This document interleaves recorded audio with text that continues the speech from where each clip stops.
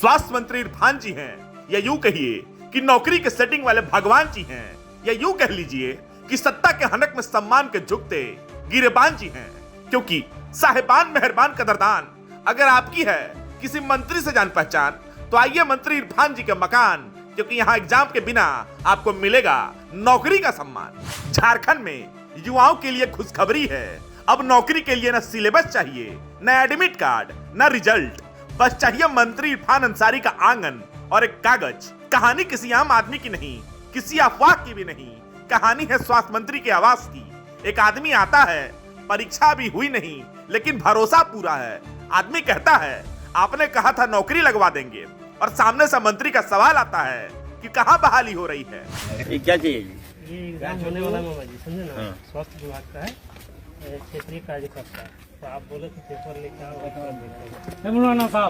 ठीक है, एग्जाम जब को देना। चलो, कहाँ एनएचएम से है? बाली कहाँ से हो रहा है थोड़ा? बाली वाला झारखंड कैसे कहाँ उतर गया? स्वास्थ्य विभाग से बाली लगता है। कुत्ता को जिस तरह से क्षेत्रीय कार्यकर्ता है, कम से कम अच्छा से बने। तो अभी एग्जाम नहीं हुआ, होने वाला।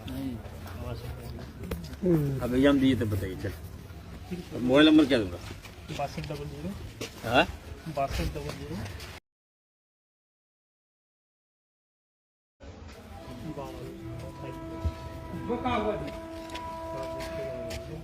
अब ये क्या लगता है? आप बोले बोलिए तो वहाँ क्या प्रयोग कराना? वो बोले कि आप ही है उनका मंत्री, तो इसलिए बोले उधर से जाइए। वैसे स्वास्थ्य विभाग का तो हम लोग मंत्री आप ही ना है। ठीक भैया, तो जो आप ही पास आप ही आएंगे। सब कहा। ठीक हो जाएगा। चलो ठीक है। चलो हो जाएगा। चलो, ध्यान दीजिए, ये नहीं पूछा गया कि एग्जाम कब है, पूछा ये गया कि पोस्ट कौन सी चाहिए। मतलब सिस्टम इतना एडवांस है कि रिजल्ट के पहले पोस्ट तय हो जाता है। जब बताया जाता है कि अभी परीक्षा ही नहीं हुई, तो जवाब मिलता है कोई बात नहीं, नौकरी हो जाएगा। मात्र 3 शब्द, लेकिन असर ऐसा कि लाखों युवाओं की तैयारी एक झटके में बेमानी लगने लगती है, और फिर उस कागज पर नंबर लिखा जाता है और साइन कर दिया जाता है।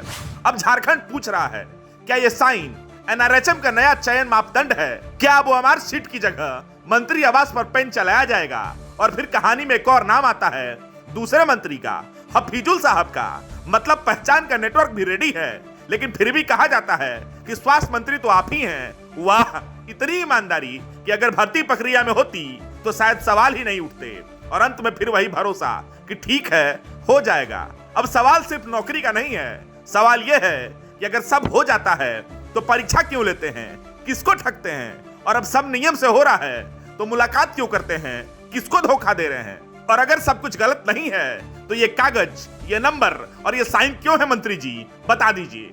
हम फैसला नहीं सुना रहे, हम तो बस आईना दिखा रहे हैं, क्योंकि इतिहास गवाह है कि जब मंत्री जवाब नहीं देते तो सवाल खुद फैसला बन जाते हैं, या फिर एफआईआर की शक्ल ले लेते हैं। पर याद रखिए कि नौकरी अगर कमरे में तय होगी तो बेरोजगारी सिर्फ आंकड़ों में नहीं रहती, आरोप बन जाती है। और आईना दिखाने वालों पर जब एफआईआर होता है तो उसे आपकी कार्यशैली की प्रतिष्ठा पर काला दाग बनते देर नहीं लगती। झारखंड आपको देख रहा है, और झारखंड का इतिहास आपसे हमेशा पूछेगा कि सेवा, सद्भावना, न्याय की जगह आपने झारखंड को अपने कारनामों से धूमिल क्यों किया? वैभव पांडे, टीम लोकतंत्र 19।